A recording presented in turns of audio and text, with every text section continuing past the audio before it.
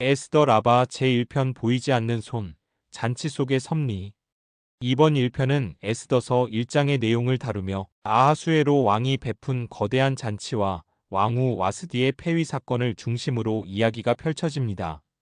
랍비들은 이 화려하고 세속적인 페르시아 궁전의 사건들 속에서 어떻게 하나님께서 당신의 백성을 구원하기 위한 계획을 은밀하게 시작하고 계셨는지 그 보이지 않는 섭리의 손길을 놀라운 통찰로 풀어냅니다. 안녕하세요. 고대의 지혜가 살아 숨쉬는 광야의 식탁에 오신 여러분을 환영합니다. 샬롬. 오늘의 주제는 보이지 않는 손, 잔치 속의 섭리입니다. 오늘 우리는 미드라시 라바의 새로운 책, 에스더 라바의 첫 여정을 시작합니다. 에스더서는 성경에서 유일하게 하나님이라는 단어가 단 한 번도 직접적으로 언급되지 않는 독특한 책입니다. 그러나 랍비들은 이 책의 모든 사건, 모든 인물의 모든 행동 뒤에 결코 당신의 백성을 잊지 않으시는 하나님의 보이지 않는 손, 즉 그분의 신실한 섭리가 일하고 있음을 발견했습니다. 오늘 우리는 에스더 1장에 기록된 아하수에로 왕의 거대한 잔치와 왕후 와스디의 폐위라는 지극히 세속적이고 인간적인 욕망이 가득한 사건 속에서 하나님께서 어떻게 이스라엘의 구원을 위한 무대를 조용히 준비하고 계셨는지 그 놀라운 비밀을 함께 묵상해 보고자 합니다. 3. 성경 표시.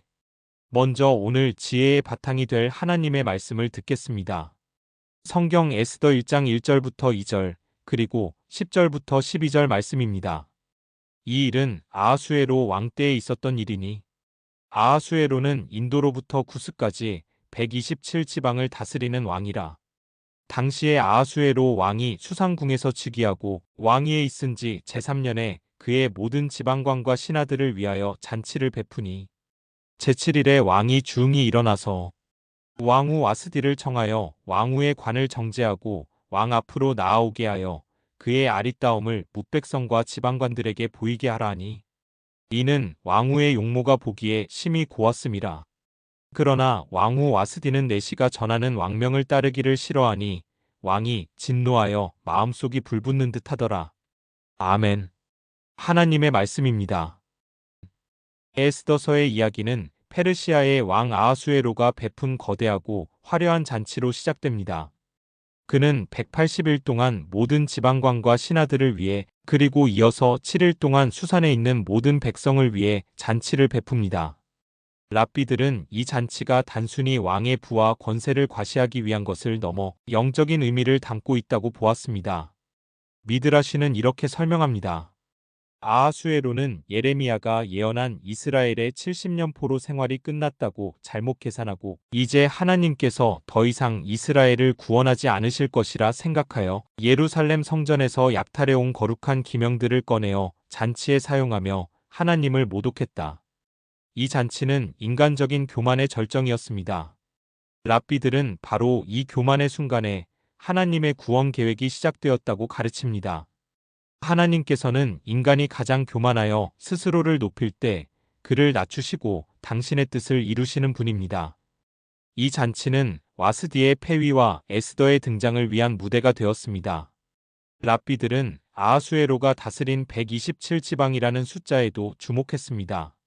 랍비 레위인은 랍비 하나냐 바르 안다레이 의 이름으로 이렇게 말했습니다.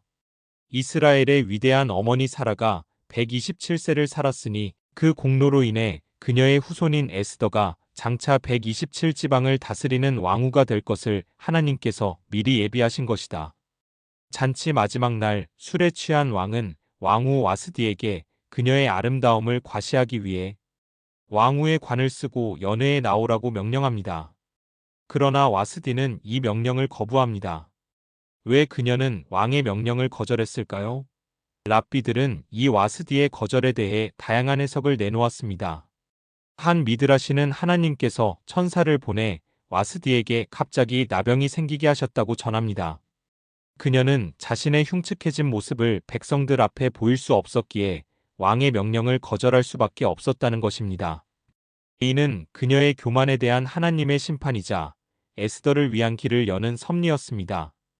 또 다른 해석은 와스디 자신의 교만 때문이었다고 말합니다. 랍비 요세 베나니나 히는 이렇게 말했습니다. 와스디는 나의 아버지는 바벨론의 마지막 왕 벨사살이며 나는 왕국의 공주였다. 어찌 감히 저 미천한 마구간지기 출신의 남편 앞에 나아가 재롱을 부리겠는가? 라고 생각했다. 그녀의 교만이 결국 그녀의 파멸을 불러왔다는 것입니다. 랍비아바 바르카하나 이는 덧붙여 말했습니다. 와스디는 잔치 기간 동안 유대인 처녀들을 벌거벗겨 잔혹하게 일을 시켰다. 그러므로 하나님께서도 내가 벌거벗은 채로 사람들 앞에 서라고 명령받게 하심으로써 그녀가 행한 대로 갚으신 것이다. 왕후의 거절에 왕은 크게 분노하고 시나무무간의 조언에 따라 와스디를 폐위시키고 모든 아내가 남편을 존경하라는 조서를 내립니다. 랍비들은 이 어리석은 조서가 술에 취한 자들의 미숙한 판단이었지만 이 또한 하나님의 섭리 안에 있었다고 봅니다. 이 일을 통해 이스라엘을 구원할 새로운 왕후 에스더가 등장할 자리가 마련되었기 때문입니다. 랍비들은 무무간이 사실은 장차 나타날 하만과 동일 인물 혹은 그의 조상이라고 해석하기도 합니다. 그의 조언은 겉으로는 왕을 위한 것처럼 보였지만 실제로는 페르시아 전체의 혼란을 야기하고 가정을 파괴하는 악한 의도를 담고 있었다는 것입니다. 이처럼 작은 불씨가 큰 악으로 번져나갈 것을 미리 보여줍니다. 이 고대의 지혜는 오늘날 우리에게 어떤 가르침을 줄까요? 첫째, 아하수에로 왕의 잔치는 우리에게 세상의 부와 권세가 얼마나 덧없고 교만으로 이어지기 쉬운지를 보여줍니다. 둘째, 와스디의 폐위 사건은 우리의 계획과 상관없이 때로는 우리의 의지와 반대로 일어나는 사건들을 통해 일하시는 하나님의 놀라운 섭리를 보게 합니다. 우리의 삶 속에서 일어나는 이해할 수 없는 사건들, 실패와 좌절처럼 보이는 순간들 속에서도 하나님께서는 당신의 더 큰 구원의 계획을 이루어가고 계심을 신뢰해야 합니다. 이제 이 깊은 깨달음을 마음에 품고 함께 기도하는 시간을 갖겠습니다. 역사의 주관자이신 하나님, 오늘 에스더 라바의 말씀을 통해 세상의 화려한 잔치와 인간적인 계획 너머에서 일하시는 주님의 보이지 않는 손길을 봅니다. 저희가 세상의 부와 권세에 취하여 교만해지지 않게 하시고 이해할 수 없는 사건들 속에서도 신실하게 일하시는 주님의 섭리를 신뢰하게 하소서. 저희의 삶이 주님의 위대한 구원 계획에 쓰임받는 복된 도구가 되게 하여 주옵소서. 예수 그리스도의 이름으로 기도드립니다. 아멘. 사랑하는 여러분, 이번 한 주간 여러분의 삶 속에서 일어나는 모든 일들 가운데 하나님의 보이지 않는 섭리의 손길을 발견하시기를 축복합니다. 인간의 계획이 무너지는 곳에서 하나님의 위대한 계획이 시작됨을 믿고 소망 가운데 거하시기를 간절히 소원합니다.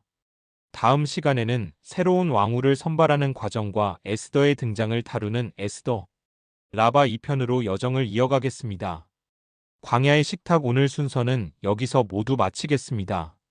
샬롬.